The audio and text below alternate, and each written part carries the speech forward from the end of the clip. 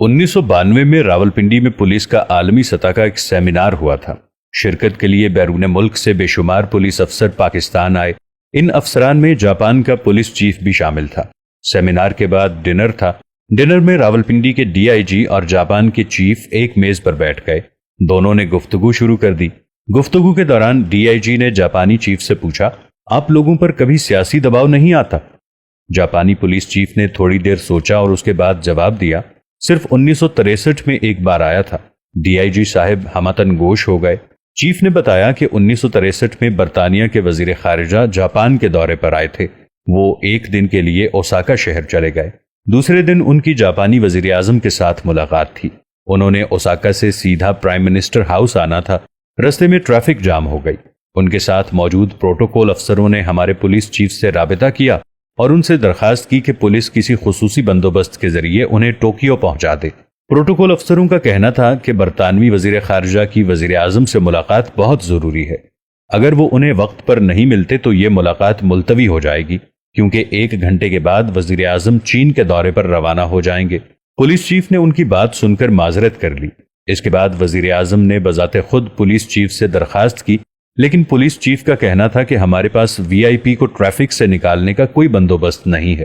یہ ملاقات منسوخ ہو گئی۔ اس ملاقات کے منسوخ ہونے کی وجہ سے جاپان اور برطانیہ کے تعلقات میں شدید کشیدگی پیدا ہو گئی۔ جاپان کے پولیس چیف خاموش ہو گئے۔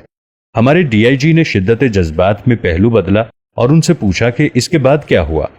پولیس چیف مسکرائے اور کہا، اس کے بعد کیا ہونا تھا؟ یہ خبر اخبارات میں شائع ہو گئی۔ لوگوں نے وزیر اعظم کے رویے پر شدید احتجاج کیا اور وزیر اعظم کو قوم اور پولیس دونوں سے معافی مانگنا پڑی۔ ہمارے ڈی آئی جی کے لیے یہ انوکھی بات تھی۔ چنانچہ انہوں نے حیرت سے پوچھا کہ اگر پولیس کے انکار سے وزیر اعظم برا مان جاتے اور دونوں کے درمیان لڑائی شروع ہو جاتی تو اس کا نتیجہ کیا نکلتا؟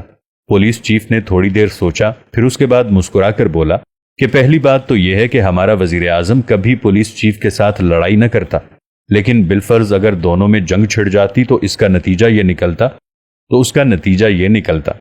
پولیس چیف سانس لینے کے لیے رکا اور بولا، وزیر اعظم کو استعفیٰ دینا پڑ جاتا۔ ہمارے ڈی آئی جی صاحب کا رنگ پیلا پڑ گیا۔ انہوں نے حیرت سے پوچھا کہ کیا جاپان میں پولیس چیف اتنا مضبوط ہوتا ہے؟ جاپانی پولیس چیف نے ہنس کر جواب دیا کہ نہیں، ہمارے ملک کا قانون انصاف اور سلامتی کا نظام بہت مضبوط ہے۔ ہم نے عوام کی حفاظت کے لیے پولیس لگا رکھی ہے، وی آئی پی پروٹوکول دینے کے لیے نہیں۔ لہٰذا جاپان کا ہر شخص جانتا ہے کہ اگر وزیر اعظم اور پولیس چیف میں لڑائی ہوگی تو اس میں وزیر اعظم کا ہی قصور ہوگا، لہٰذا استعفیٰ اسے ہی دینا پڑے گا، کیونکہ یہ ملک عوام کا ہے۔ یہ حکومت بھی عوام کی ہے اور صرف عوام کی خدمت کے لیے ہے۔